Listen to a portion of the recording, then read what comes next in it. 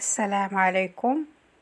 اليوم بغيت نقول الاخوان والاخوات اللي عندهم القناة بحالي ومبتدئين، يعني هاد الشريط الازرق باش ما تخطئوش ديروا الخطأ اللي درت انايا.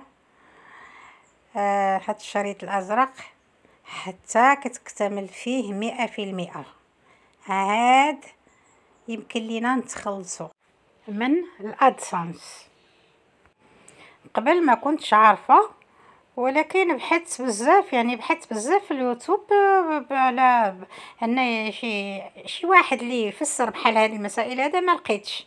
على صفه لواحد الاخ تراسلت معاه، يعني بتعليق الاخ معلوماتيه ديال المعلوماتيه مصر، والله يجازيه بخير. هو اللي وضح لي، قال لي لا، حتى تتكمل 100% عادي يمكن لك تخلصي من اليوتيوب. حيت انا قبل هذه سنه تقريبا وانا عندي فيها الاشارات وعندي هذا، حسبت تنقول يعني هذا الشهر غادي نتخلص، الشهر الاخر غادي نتخلص. ولكن ما كاين والو حتى تتوصل. انا يلا دابا كيف ما شفتوا يلا عندي 24%.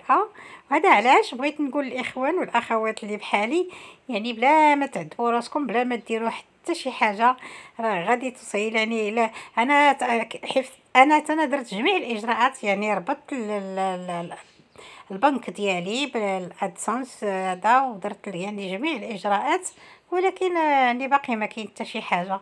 هذا علاش يعني هذا الشريط الازرق راه مهم. ملي تتكمل لك 100% عاد ديك الساعات يمكن لك يصيفطوا لك هذيك 800 درهم، ولا شوف شحال تيكون عندك. وبالنسبه للاخوان اللي دخلوا عندي والاخوات، ما تنساوش تدعموني وديروا لايك وتضغطوا على زر الجرس باش ان شاء الله توصلوا مني بكل جديد، وراه انا محتاجه للدعم ديالكم. يلا السلام عليكم ورحمه الله.